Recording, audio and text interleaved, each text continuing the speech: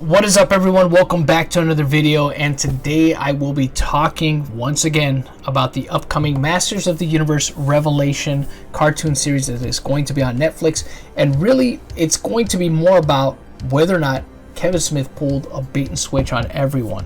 So this is going to be an article I'm going to be going over here on Cosmic Book News. There's two of them, so just bear with me here. I'm just going to go over it a little bit here and just give some of my thoughts.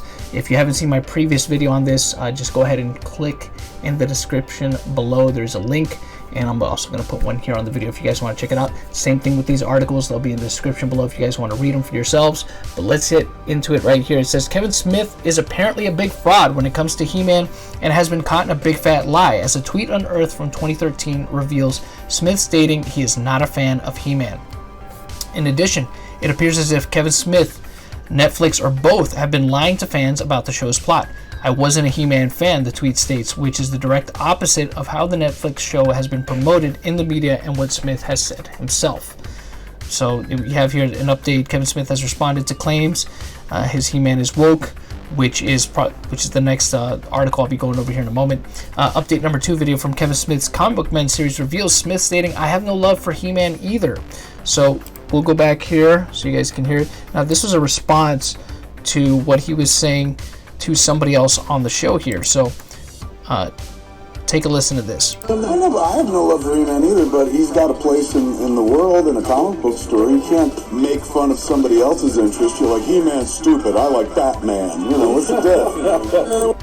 So you hear it there. He was responding to one of the other guys on the show there that was saying that he had no love for HeMan, and then that's when Kevin Smith says, I have no love for HeMan either, and kind of contradicting some of the stuff he has said in recent times, right? At least within the last year or two since the series was announced. And then it says here, Kevin Smith is not a fan of HeMan. It's not a HeMan fan tweet. And it says, I wasn't a HeMan fan, but Gallery 1988 is running an awesome Masters of the Universe art show.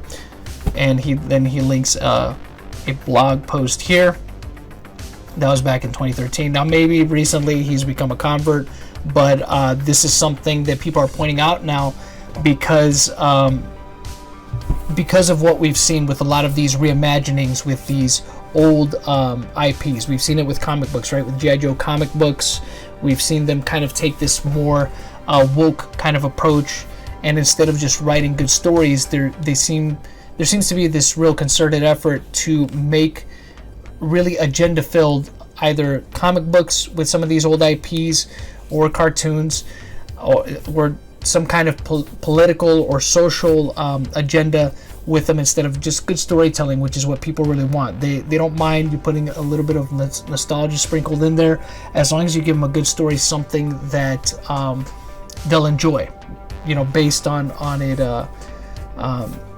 just again, you know, just being good storytelling. So this right here says, Kevin Smith described as a HeMan superfan in EW.com's exclusive First Look article. Smith is described as a HeMan superfan. So this is an excerpt from that particular article that says, everything I've worked on in like 27 years, this is easily in the top 5 of my favorite, most satisfying projects, says Smith. HeMan superfan who showruns Revelation and executive produces with Mattel Television's Frederick Soley, Adam Bonnet, Christopher Keenan, and Rob David. When I die, they'll be like, he made Clerks, remember? Because that's the most memorable thing I've ever done. I think this has a running shot at being like he made Clerks in that one cartoon that one time. So again, being described as a superfan. And then you see Kevin Smith filled with HeMan tears of joy. In addition, video of Kevin Smith's YouTube channel shows that the actor, writer, director filled with what appears to be tears of joy surrounding the series as the score is revealed. Now, the whole tears of joy thing, I mean, we've seen that that's kind of a running meme at this point with Kevin Smith. Anytime he reacts to something, he gets emotional, he starts crying like a baby. So that's a meme at this point, him being filled with emotion and having tears of joy. I mean, like I said, that's a running gag at this point. So like, I can't wait, Smith says as he claps, by the power of Grayskull, man, that is fantastic. And then we see Smith loves MOTU. Mattel wants to replace HeMan. So this was back in 2019. at the PowerCon when the Masters of the Universe series was announced. Smith also compared his love of Masters of the Universe to his love of DC and Marvel. So I'm a big genre fan. I'm a big, obviously, DC Marvel Universe fan, but the MOTU universe as well, Masters of the Universe, is right alongside with it.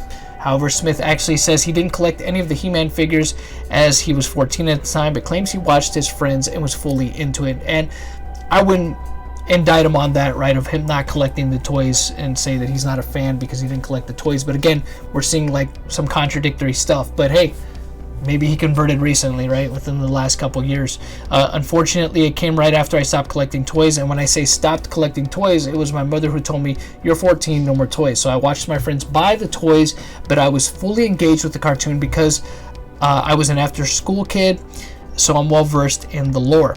Smith actually says Mattel's Rob David, an executive producer on the series, is the big He-Man fan, but look what David actually says about the ideas for progressing the characters in a series published by DC Comics. So this is, I guess, a question that was asked of Rob David.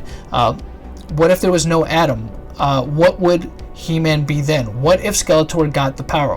What is the destiny of Teela? And then we see Netflix synopsis, or I think that might have been actually, this might be actually his response, I'm sorry, to the question by, asking another question. So Netflix synopsis opposite of what Kevin Smith claims. Recall the following announcement: a rumor offered that Teela would take over He-Man hero duties, which Smith refuted in a tweet. Now, if you guys remember, this was actually a response that he made to Clownfish TV, who had said that one of the insiders they know that works, I believe, for the animation company that is working on the He-Man Netflix series, had told them they had seen the script and it seemed like the series was really going to be a thing where it kind of started off focusing on He-Man, but then it was going to shift the focus to Teela, and then Teela, the series would then center around Teela saving the day, going on this quest to save Eternia. So it says here, this was his Kevin Smith's tweet, which he still has up, by the way. As showrunner, I really could have used these story suggestions before we locked the scripts. However, no He-Man does no stepping aside, and Teela has no girlfriend in our show. The storyline is pretty dark and way metal. Before Revelation, we were calling it End of the Universe. Smith also tweeted, I've read every Masters official script for our shows, plus wrote a few and viewed 4 amazing animatics. While Teela is as present as she's always been in the MOTU adventures, she plays a big role. Our series is literally all about He-Man. However, along with the new trailer, Netflix has released a new plot synopsis, which states the exact opposite of Smith's claims. So let's read this, right? Because we saw that the trailer came out recently. The trailer the animation looked good. It looked fluid. The voice acting sounded pretty good. The action looked pretty good. But again, we're only seeing just one small piece there, and it still has people skeptical as to what the series is really going to be about. I mean, at least if we take it at face value, it looks like it's going to be really good, but we got to wait and see when the series actually comes out, right? The War for Eternia culminates in Masters of the Universe Revelation, an innovative and action-packed animated series that picks up where the iconic characters left off decades ago. After a cataclysmic battle between He-Man and Skeletor, Eternia is fractured, and the Guardians of Grayskull are scattered. And after decades of secrets tore them apart, it's up to Teela to reunite the broken band of heroes and solve the mystery of the missing Sword of Power in a race against time to restore Eternia and prevent the end of the universe. So now we see here, he could probably try to argue, well, they're going to have a dual role, right, of importance. He-Man's going to have an important role as much as Teela, but when you read something like that, right, seems like what people were suspecting might have been right with the whole, it's going to start off centered around He-Man, and then the rest of the series is going to kind of make him a secondary character, that he's not necessarily going to be the primary character. I mean, he might still be, I don't know, but we can see why people have concerns, right, when you read a synopsis like that. If it's going to, how much screen time is He-Man actually going to have in the grander scheme of things, right? So certainly as showrunner on the series, Kevin Smith would know the plot of the series. The synopsis also confirms the previous big spoiler reveal and what it means for the show. and that something happens to He-Man and Teela will take over, most likely in part 2 of the series. As I have previously stated, this is just another example of Hollywood injecting its politically correct agenda at the expense of quality content and entertainment. Did anyone really think Hollywood would promote a white male, let alone blonde character in the positive? Unlike Smith, I happen to be a big He-Man fan and even had a letter printed in the official He-Man magazine back when I was 9 years old. Thanks, Kevin. So this is Matt McCloin sharing that. He's the one that wrote this article.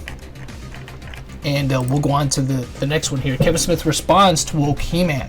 And this, again, this is part of the reason why, again, people are concerned, I guess, regarding where this series is going to go. Kevin Smith is certainly feeling the heat as fans are blasting his new He-Man series for being woke, which follows the trailer release. Smith responded on Twitter, but the showrunner behind the series deflects and attempts to blame the fans and accuses them of calling it woke because the show empowers women, and that is not what the wokeness is about. It's when female and POC characters are empowered at the expense of the original characters. So again, this is the argument that you're doing the whole diversity thing for diversity's sake, for diversity's sake. I guess I must be hungry. For diversity's sake, instead of just doing something organic, you are forcing it, and you're doing it in a way that is not necessarily true to the characters. You're just shoving it in people's faces. You're going to change a lot of things about the characters, the things that were already inherent about those characters, change just to fit a certain political ideology or social ideology, instead of just maybe introducing a new character to do that with. You're just kind of force feeding it instead of letting it be something that could potentially happen organically with these characters, which, look, there's still a small chance that could happen in this series, but this is why people don't like it. It's because, again, this idea that we're just going to force it on you and you're just going to have to accept it, and people don't like that. They don't like things being forced on them. So if by woke folks mean the female characters have agency, then Revelation is exactly as woke as the cartoon to which our series is a spiritual sequel, because Teela and Evelyn were in every episode fighting alongside He-Man and Skeletor, and Sorceress is more powerful than all of them. So you see that? Oh, okay, so